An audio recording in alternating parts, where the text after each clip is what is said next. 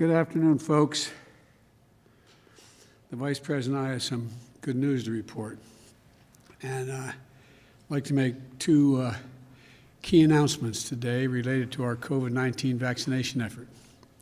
As you know, a few days ago, after a rigorous open and objective scientific review process, the Food and Drug Administration issued an emergency use authorization for the Johnson & Johnson COVID-19 vaccine. We should all be encouraged by this news of a third safe and highly effective COVID-19 vaccine.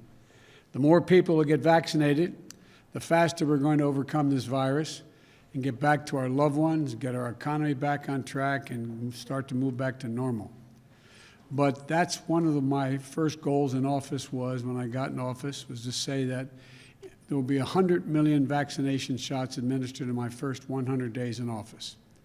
We've got halfway to that goal in 37 days, and I feel confident we'll make it all the way. As I've said, we have a long way to go, but as I said from the outset, we're going to use every resource of the federal government to make it happen.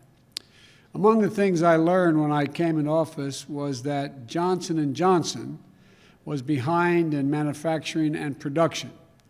While we had the potential of another highly effective vaccine to accompany the two existing vaccines, it simply wasn't coming fast enough. So my team has been hard at work to accelerate that effort. As I've always said, this is a wartime effort, and every action has been on the table, including putting together breakthrough approaches. And today, we're announcing a major step forward.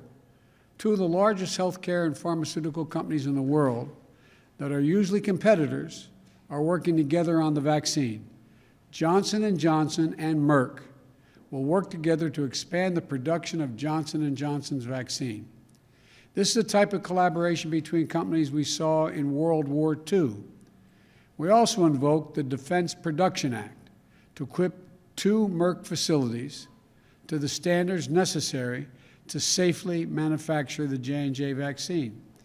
And with the urging and assistance of my administration, Johnson & Johnson is also taking additional new actions to safely accelerate vaccine production. Johnson & Johnson's vaccine manufacturing facilities will now begin to operate 24/7. In addition, we'll continue to use the Defense Production Act to expedite critical materials in vaccine production, such as equipment, machinery, and supplies. I've also asked the Department of Defense to provide daily logistical support to strengthen Johnson & Johnson's efforts. And I want to thank Johnson & Johnson and Merck for stepping up and being good corporate citizens during this national crisis. Here's what all this means. We're now on track to have enough vaccine supply for every adult in America by the end of May. Let me say that again.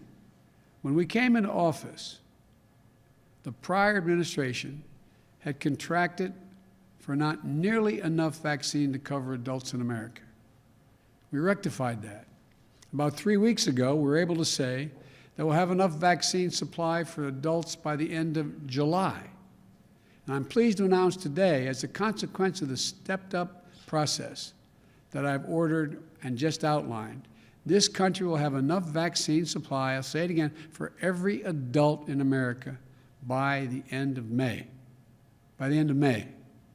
That's progress, important progress. But it's not enough to have the vaccine supply. We need vaccinators, people to put the shots in people's arms, millions of Americans' arms. To date, we brought back retired doctors and nurses.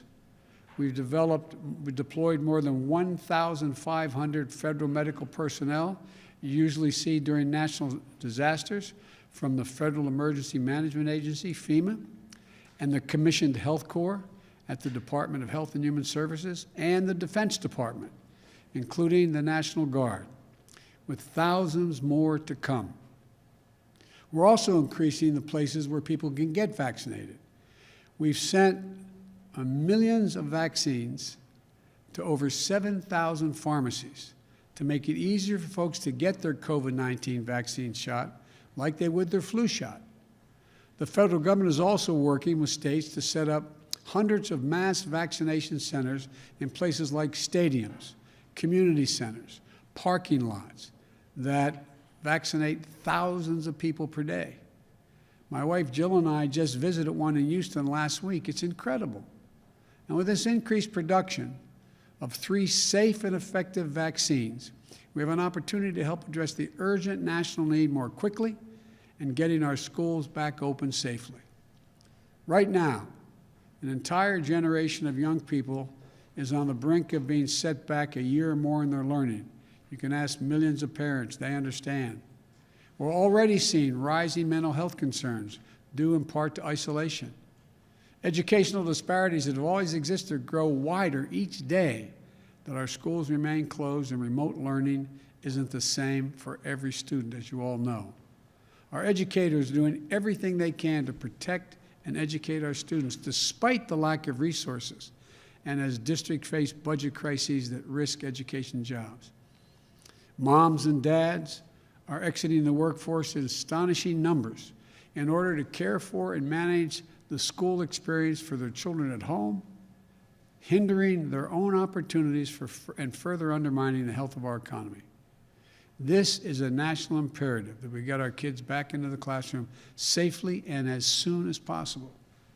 As you know, back in December, I set a goal for having a majority of our K-8 schools open by the end of my first 100 days as president. To achieve that goal, I sent the American Rescue Plan to Congress to provide vital help to make sure schools can reopen safely. Essential things like more teachers to reduce class sizes, more buses and bus drivers to transport our kids safely, and more space to conduct in-person instructions and more protective equipment, school cleaning services, physical alterations to reduce the risk of the spread of the virus, all cost money. The House passed the American Rescue Plan last week, and I hope the Senate will follow as quickly and as well. You know, also the Center for Disease Control and Prevention, the CDC, issued new guidelines on how to reopen our schools safely. It's a roadmap that will enable schools, if they have the resources they deserve, to reopen safely. I have given those schools a roadmap. I've asked Congress to give them the tools, and today to add one more tool to school reopening, a vaccinated workforce. Let me be clear. We can reopen schools if the right steps are taken, even before employees are vaccinated. But time and again, we've heard from educators and parents that have anxieties about that. So as yet another move to help accelerate the safe reopening of our schools, let's treat in-person learning like an essential service that it is. And that means getting essential workers who provide that service, educators, school staff, child care workers, get them vaccinated immediately. They're essential workers. Over 30 states have already taken the step to prioritize educators for vaccination. And today, I'm using the full authority of the federal government. I'm directing every state to do the same. My challenge to all states, territories, and the District of Columbia is this. We want every educator, school staff member, child care worker to receive at least one shot by the end of the month of March. To help make this happen, starting next week and for the month of March, we'll be using our federal pharmacy program to prioritize the vaccination of pre-K through 12 educators and staff and child care workers. Throughout March, they will be able to sign up for an appointment at a pharmacy near them. Now, I want to be very clear. Not every educator will be able to get their appointment in the first week, but our goal is to do everything we can to help every educator receive a shot this month, the month of March. I want to conclude with this. We're making progress from the mess we inherited. We're moving in the right direction. And today's announcements are a huge step in our effort to beat this pandemic. But I have to be honest with you.